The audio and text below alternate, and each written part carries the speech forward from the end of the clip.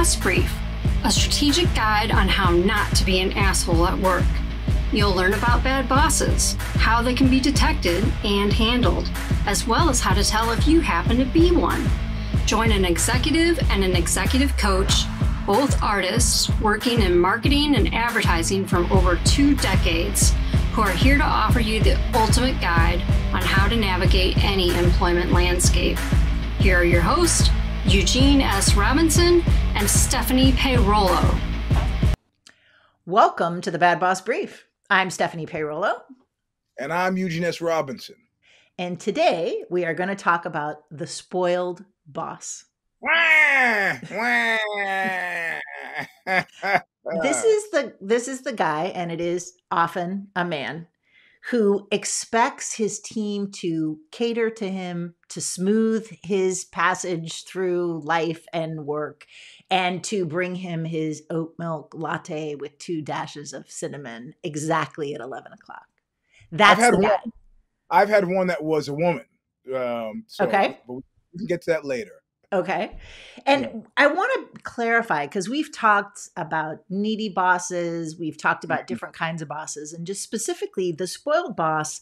So we've all heard, many of us have heard the phrase invisible labor, which is work that is done in the home or at the workplace, often by women of color, to make sure that everything is moving along smoothly. Right? Mm-hmm. It's the stuff that isn't acknowledged, that's not seen, where people are not getting credit. That's not what this episode is about. Yeah. What this episode is about is a kind of behavior that I call overfunctioning. Mm-hmm. It's when one adult does for another adult something that the second adult is perfectly capable of doing. Why are you laughing? I know. This is my life. Right. At jiu-jitsu, Anyway, lots of reference points and touchstones for this one. So are you the overfunctioner? Like, do you overfunction for other people, or do other people overfunction for you? I don't consider it overfunctioning. I mean, if I'm doing something with, say, the Jiu-Jitsu Academy, I'm a part owner, so maybe I'm serving myself, but I don't draw any paycheck from it. So then maybe I'm helping other people. But some guy was like, "Could you stay 15 minutes later today? I lost my key." I go, "Don't worry, Danny. I got it taken care of. Everything. I'll turn the heat on for you." When everything else indicates that what I would really actually do is what I want to do, which is go, tough titty, gotta go. So. Well, and I think it is useful, and we will try to unpack this notion of overfunctioning, because there are some people who they enjoy doing that. It serves them in some way. But the genesis for this was a man that you and I both worked for, although you worked for him briefly and I worked for him for a longer time, CEO of a large advertising agency. This was a number of years ago. Mm-hmm. And this guy had an excellent EA, wonderful executive assistant. Yeah. And there were a couple things that were notable about him. One was, and he was in his 30s at the time. He was a young CEO. He had his EA print out all of his emails on paper, and he would respond in writing and then give her back the papers so that she could respond in email, right? The second thing, he wasn't dyslexic. This is just how he wanted to get things done. Mm-hmm. The second thing was, she would bring him a sandwich in the middle of the morning and the crust had to be cut off. He also had a large office, and his conference room, he had a small conference table. Of course he did. Yeah. He insisted that it was glass, clear glass. The table. Which meant that it had fingerprints on it. So she had to come in multiple times a day with the Windex and the paper towels to wash it off, because he found the finger markings reprehensible. Yeah. That's a short list of the things that I was able to see coming into his office. Needless to say, I didn't get the peanut butter and jelly sandwiches with the crust cut off. Yeah. It was only for him. It sounds, I'm sorry to go regional on this, but it sounds so LA, though I know this was not LA. Did he have his roots in LA? No. Okay. So then maybe by reputation, he heard that this is the way things are supposed to work, right? So, and again, this is a number of years ago, possibly a different era. Although I will note that EA, who was excellent, left as soon as she could. Yeah. Because that's not what she wanted. So tell me a little bit about, did you have the boss that you had that demanded that you cater to their kind of emotional and logistical needs? Oh yeah, this would have been one also that you worked for as well, but more briefly than I did. And when you said, and I was kind of like drifting when I was reading it, and then you got to the part about the emails, and I was like, oh my god, this. I had a boss like that. That being what is it? How do you the accused fraudulent financier Carlos Watson, who would it wasn't enough to send him an email. A lot of times he would say, print it out for me. Why? Okay, which I did ask. You're killing the trees. So he goes, I want to be able to read it wherever I am. He had a mobile phone. Exactly. Exactly. But then, so I understood it for what I think it really is, which it's like fraternity hazing. You are asked to do these things that don't make any sense to you, but what they show is a certain amount of fealty to either the leader in this instance or the operation. And if you were to balk at any of this, then you get dinged with that famous, that famous workplace phrase, not a team player. Right. Not a team player, because didn't want to go through the steps that you have to do when you're getting hazed. But after 10 years, it's not really a hazing anymore. It's just a way of, like Bukowski said, a way of doing and being done. So yeah. Well, and there are different reasons why, in that case, the request for overfunctioning, the desire to be spoiled, is some kind of a test. It's some sort of a loyalty, quiz. Yeah. The kind of overfunctioning that really gets my goat is when it's expected. Right? Mm-hmm. And it's funny. Our last episode, I was all about compassion. I was all about like openness. And then I had this interaction, which I won't go into. It was not a work interaction, with an older man who is used to the world doing anything he wants all the time. Mm-hmm. And there's an expectation that all the women around him are going to cater to his every whim. And it's cultural. It's something that he grew up with and is deeply rooted. And of course, I don't play that way. So we had some interesting conversations about that's not how this works. But recognizing that in some ways, it's not really his fault. That there are generations of older white men who grew up having women cater to their emotional, logistical needs and just kind of smooth their way in life, whether it's the wife who stays home, takes care of the kids, makes sure the household runs, or even people at work. I when I was at Apple sent me to Japan several times. One, for pieces I was writing, but two, there was a problem in the Apple Japan office, some sort of problem. They wanted to extend reach. So I said, okay, we're going to send somebody from California. That somebody being me. He needs to have space in the office, and he'll be working on some stuff there. I was there 5-6 days. So I go to Tokyo, and I go into the office, and I didn't see a single man in that office stand up at all, ever. The women in that office were frazzled, and it was like to overlay these two pictures together, it was like some kind of weird, Max Sennett comedy. The women were zipping back and forth and and at one point I see a woman take a cup of coffee and go, oh man, she's tanked up on caffeine. That's what's happening. And she puts it down on one of the guy's desks, and the guy doesn't look, doesn't say thank you, just kind of does this hand wave thing to wave her off. And I'm like, maybe this is why the birth rate here is plunging. Because do you want to do this for 8 hours and then go home and do it again for 8 more hours? No, you do not. Right. So, and I actually, I was appalled enough when I got back to California and we had meetings post facto that insofar as was possible, I put the knives in all those guys' backs. I said, you could actually get rid of those guys, hire 10 more women, or how about this? Hire 5 women and pay them what you're paying those guys, and you'd have a fully functioning, healthy office. But that was just, it was, I felt guilty watching it. It was one of those things. It was terrible. Well, and we've had long careers, so we've seen cultural changes, but some of the things that I'm observing are happening now These are recent. This is not, decades old. And I think that men in power have gotten slightly more aware of the optics.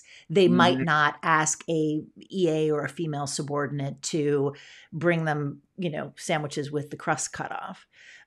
But there is still an expectation that the things that are difficult for them will be done by other people. And that might be something small, like, go and get my dry cleaning. That might be something a little bit more significant. But I think what's useful is to look at, what do you do if you are in a situation where you have a boss who is spoiled? Okay? So what are some of the tactics? And I think the first thing is you want to assess how much you need the job. Right. A lot of times the people who are being asked to do this overfunctioning are relatively junior. They're maybe in a really competitive industry. It might be the entertainment industry. It might be the arts. It might be advertising. Yeah, where there's a lot of creative people who want to get, climb up the corporate ladder. Right. And I think you need to look at, is this part and parcel of this job? Is the expectation that if I am the junior, assistant account executive, that I am going to indeed be providing caffeinated beverages for everybody on set? Okay, you get to be on set. You need to figure out like how much of that is something that just comes with the territory. Right. I think it's also useful to understand your individual susceptibility to overfunctioning. Because what I have found is that there's a lot of women who come into the workplace with lived experience in their family of origin or in intimate relationships with alcoholics and drug addicts. And they are used to cleaning up after alcoholics and drug addicts. And these can be really high functioning, people with addictions. But these women are used to making sure that everything keeps running in that kind of chaos. And they can become really attached to it. It can become a familiar feeling. So, when I'm doing executive coaching or working with a team, I won't say what is in my mind, which is, so which one of your parents was the alcoholic or addict? But what I will do is invite those types of women to examine, what do you get out of this equation? Because they will often come in and talk to me as a consultant about their frustration with all the overfunctioning that they have to do. I'm working 60 hours a week and I have to do this, that, and the next thing for the person. But I ask them, what does it serve? And a lot of times they're doing it because it works for them. They feel connected to the boss. They feel like it's job security. They like being in on all of the information and intelligence that they get by being so intimately intertwined. So I think there are people where it serves them. Yeah, plus there's a historical precedent. Let's not for a second forget that Stalin was a secretary. Right? He was a secretary of the party. I'm not the leader. I'm the secretary, right? So ultimately, he finagled his way into a position where he knew more than everybody else about the functioning of the government. So it was just like, let's let the secretary kill everybody, which is kind of what happened. Right? And there can be, if you are in this circumstance, it is a valid strategic ploy to stay in that circumstance. Do that for a couple of years and then see if you can rise up. Now, you need to be mindful of the fact it's very hard to move from lackey to leader within the same organization, because people they have a story about you. So the third thing you can do, especially if you're a little bit more senior, is you can start setting boundaries. And one of the things can be to challenge the narrative. So these leaders have been doing this for a long time. They were doing it before you worked for them. They'll keep doing it after you work for them, unless you start to shift the narrative. So, if once you know what is expected of your job, you can start to kind of name things. Right? Like if you're a mid-level person, you could say something like, I'd like to talk about my priorities.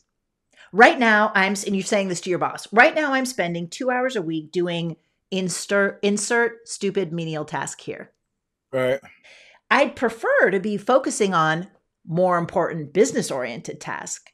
Yep. If you could help me understand how you'd like to prioritize my time. Is there someone else who could do stupid menial task? Because what you're doing is you're naming it. Yeah.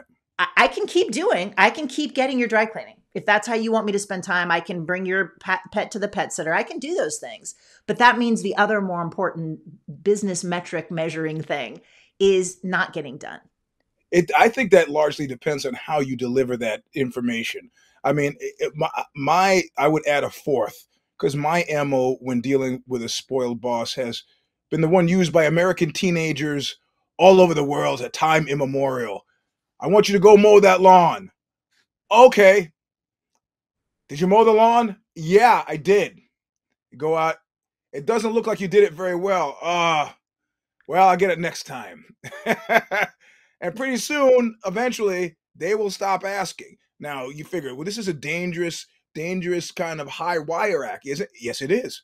Yes, it is. You can't be so bad at that they think you're bad at the entirety of your job. But that means you really have to kill it in the portion of your job that you really like before they go, you know what? Let's just give this to Jimmy and you do this thing that you do. Like, make them make that decision themselves without being really obvious about it.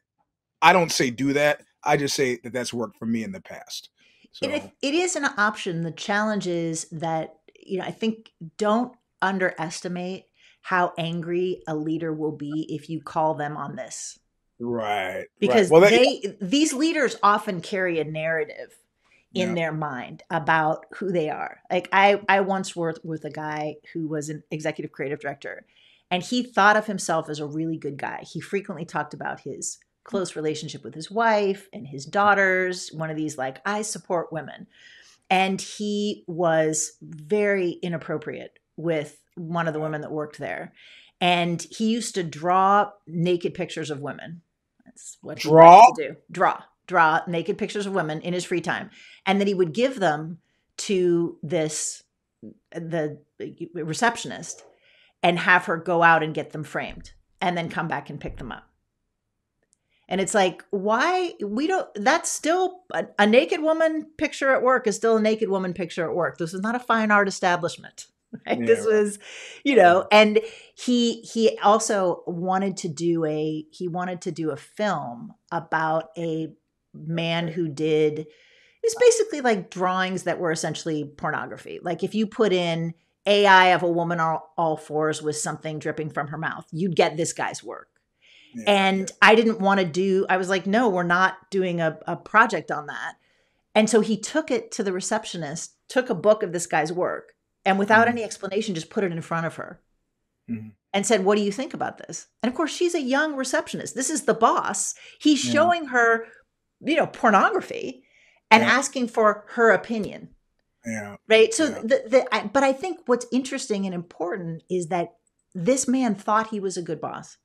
He thought he was an equitable leader. He thought that he was mentoring this young woman by giving her an opportunity to participate. And when I pushed back to him, when I said, this is actionable, this is sexual harassment, you can't do this, the rage was so significant that I think he ended up getting me fired. I certainly wasn't working there a few months later, even though my performance had been really strong. So I do think it's important to understand, if you challenge these types of leaders and you bump up against their narrative about themselves as a good leader, it can cause a kind of rage and anger that isn't commensurate with what it is that you're doing or not doing.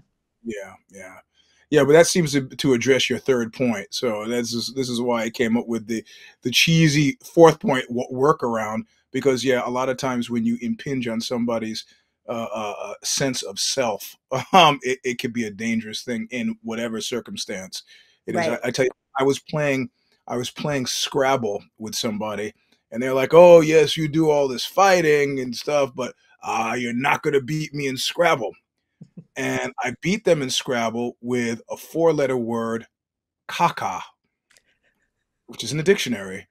And so I won with like that. That was my winning kill. That was a kill stroke. And of course, I'm not the best winner. So I'm laughing and I'm chortling and I'm like upbraiding them. And then it's kind of quiet from that side of the room. I actually look over and I can see she's like having a real problem. Like not even jokey joke. Like I'm about to get hurt is what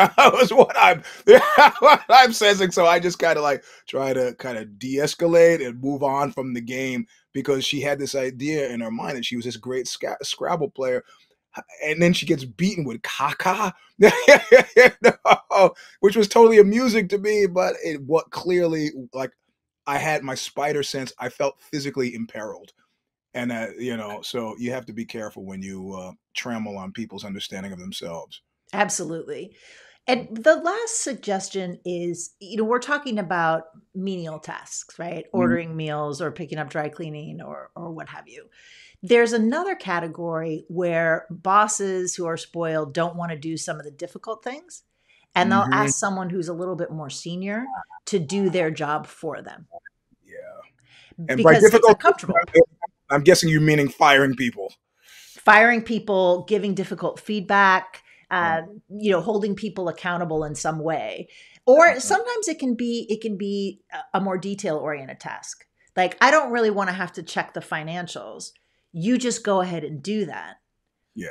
And, sometimes that can be a pretty arduous situation. Like, there have been many jobs where I was responsible for reviewing all the contracts. And, if I had a question, we had attorneys to send it out to. And it Mhm. would take hours and hours of my time. Yeah. And, Yeah. like, that could be something there. And because the owners of the company didn't want to do that. Right. Mhm. Well, I was the managing director. I was paid accordingly. That was fine. But there are those kind of slices where a leader will say, I don't want to do this.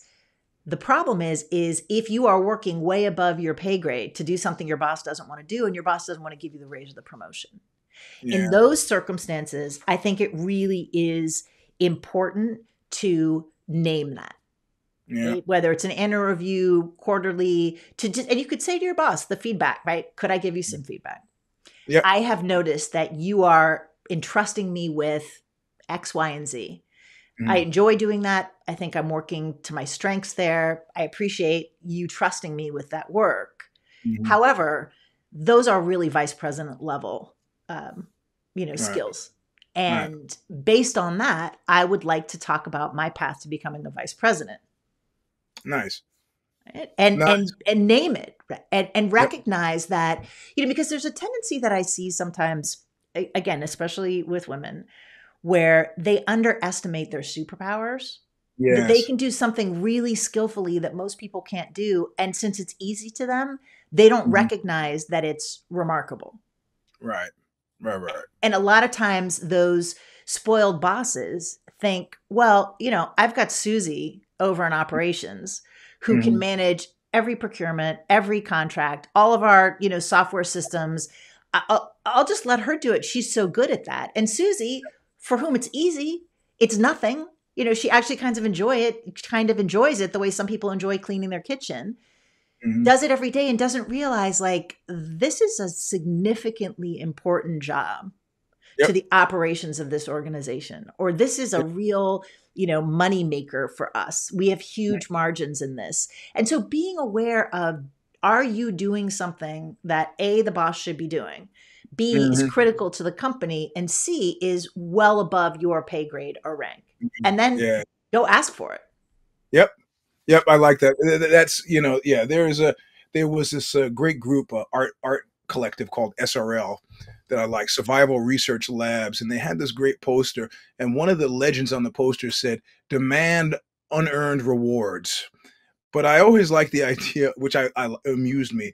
But I often like the idea of demanding rewards, like that Vietnam vet mechanic that I was telling you about, who would every time he fixed a helicopter would go out and go to the boss's office, the commanding officer, go, "I fixed that helicopter." And the guy goes, "Yeah, great." I go, "No, I fixed the heli. I fixed the heli. Yeah, okay, we got it, Barry. No, okay, Barry." And he's just like, I want it noted. I want it collectively noted that these helicopters are flying because of me. And I didn't think that there was anything wrong with that. So I like the idea of being, it's kind of, what is a squeaky wheel, but you're bringing something else to the party. Like the squeaky wheel, this is kind of an annoying thing because usually it's somebody who's tendering complaints. But in this instance, this is somebody who's like telling you, making sure you do not miss what a valuable asset they were. And it leaves you two options. You can agree with them or disagree with them and redirect their efforts. But I like your take on it. Like, yeah, let's talk about how, since I'm doing all this top level stuff, how we can fully remunerate me. And I Well, think that's a good and conversation. the fundamental idea underpinning this is a negotiating strategy called the takeaway. Mm, Right? When you go in to negotiate and you say, for $100,000, you're going to get these three things. yep. And your client says, okay, but for $100,000, I want these five things. What you say is which of these three, which of the five do you want to take away? Because you'll get three. If you want a different one of those other ones on the list is going to go away. Right. And you always do a takeaway. And it's more challenging when you're talking about work duties. Right. Because there is this understanding that work-life balance is often fungible and you are going to work the extra hours regardless because you're not an hourly wage person. However, it is useful to name, I am currently doing these 5 things as your top priorities, and you're asking me to do this 6th thing, which is a menial task. Which one of these 5 things do you want me to not do? Okay, how about this? I have another scenario, another cinematic scenario for you. I don't know if you've seen Empires of the Sun with a very young Christian Bale and John Malkovich, and they're pulling into a Japanese prisoner of war camp, and the Japanese soldiers say, "Pick up those rocks." And the guy starts to give a speech about, "Sir, I'm an officer in the British Army, and I shall not." And they grab a gun and they knock him in the head and they knock him down. John Malkovich jumps out of this freight car that's brought them to this place, and the guy on the ground kind of waves him and goes, "I'm okay, I'm okay." And Malkovich gives him a look like, and bends down and picks up the rock. So, you say, "Listen, I don't just cutting the edges off your bread, getting your car. It's not really, that's not what I'm here." And the boss goes, "Great." Inevitably, there is somebody there who will see this as a road to success and will pick up that slack. How do you, I think we go back to your first point at that point, I guess, right? At that point, you need to consider other employment options, I guess, right? But I think that the idea of understanding the strategy of the takeaway as a narrative framing device is useful. You might not be able to employ it. You may not be in a position to go in and say, these things, like I'm only going to do 5 things or whatever. But to understand, they will keep adding things to your plate. They will keep adding things. And at some point, you need to understand the narrative frame that you have, unless you want to work 100 hours a week, which may be a choice that you're making depending on your industry or circumstances. You're going to want something to come off of your list. And so even if it's just a framing device for you, it's a useful way to deal with a spoiled boss, because the spoiled boss's narrative framing device is that he should feel no discomfort. His every whim should be catered to, and he shouldn't have to do anything difficult or onerous in his work life. That's his narrative. And every decision he makes, every action that he takes will spring from that narrative. You need to have an alternative narrative. And one that can serve as your guiding light, even though you might not be able to fully step into it. Oh, yeah. Even though when you lay it out like that, the boss, I was like, yeah, I'd like a life like that.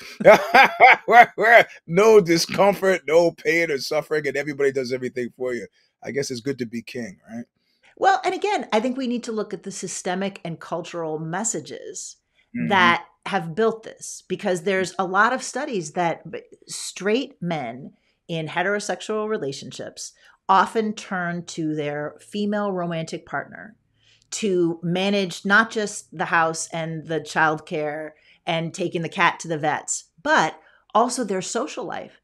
Their key emotional and friendship relationships are through the woman. And there's a lot of men who have given up agency on many of their grown-up duties. They've outsourced it to a woman, and they come to work and they're like, okay. All right. The continuation of what's happens at home, right? Yeah, exactly. All right. Well, I think that's all we've got time for. And we will be back in a couple of weeks. If you have an idea for a topic, or if you have some questions you'd like for us to cover on Sub Rosa, you can get in touch at WTF@badbossbrief.com. I will read all those emails, I promise. WTF, what? I'm still laughing at the prospect of my wife handling my social duties. Nobody has any interest in doing that. Not even me. So, yeah. But I think that's the key thing, is that with mature, emotionally intelligent, well-rounded men, manage their own social life. They can do their own laundry. They do their own finances. They don't need a woman to be managing those aspects of their life. That's not what my partnership looked like. That's not what your partnerships look like. For most people, that isn't the case, but there are a lot of men where there is that default assumption and trajectory, and they can take it into the workplace and need to somehow be invited to reframe their narrative about how to behave at the workplace. Okay. All right. That's all we got. See you soon. Thanks. Bye.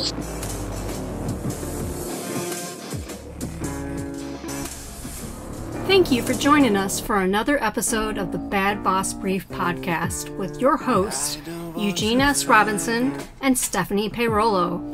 You can check out more of their work by visiting consigliera.substack.com for Stephanie and eugenesrobinson.substack.com for Eugene. You can also find Eugene at Mr. Sleep 3, that's number 3, on Instagram. Reach out with your questions, concerns, work case situations, or suggestions to us at WTF@badbossbrief.com. We personally answer every submission. Be sure to join us at badbossbrief.substack.com every other Wednesday for episodes of Bad Boss Brief and every single week for our Sub Rosa shorts, so you can gain further insights into your workplace environments. Until next time, don't be an asshole at work.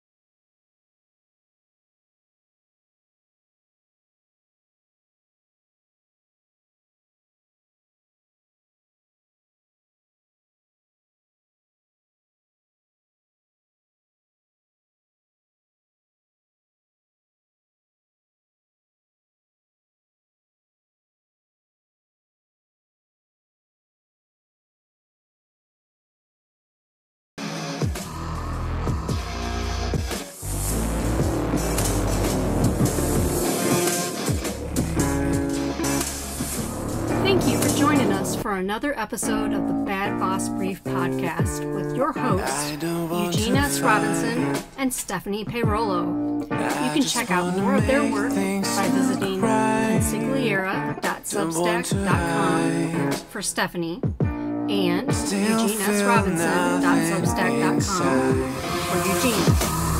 You can also find Eugene at Mr. Sleep 3, that's number 3, on Instagram. Reach out with your questions, concerns, work case situations, or suggestions to us at WTF@badbossbrief.com. We'll personally answer every submission. Be sure to join us at badbossbrief.substack.com every other Wednesday for episodes of Bad Boss Brief and every single week for our Sub Rosa shorts, so you can gain further insights into your workplace environments. Until next time, don't be an asshole.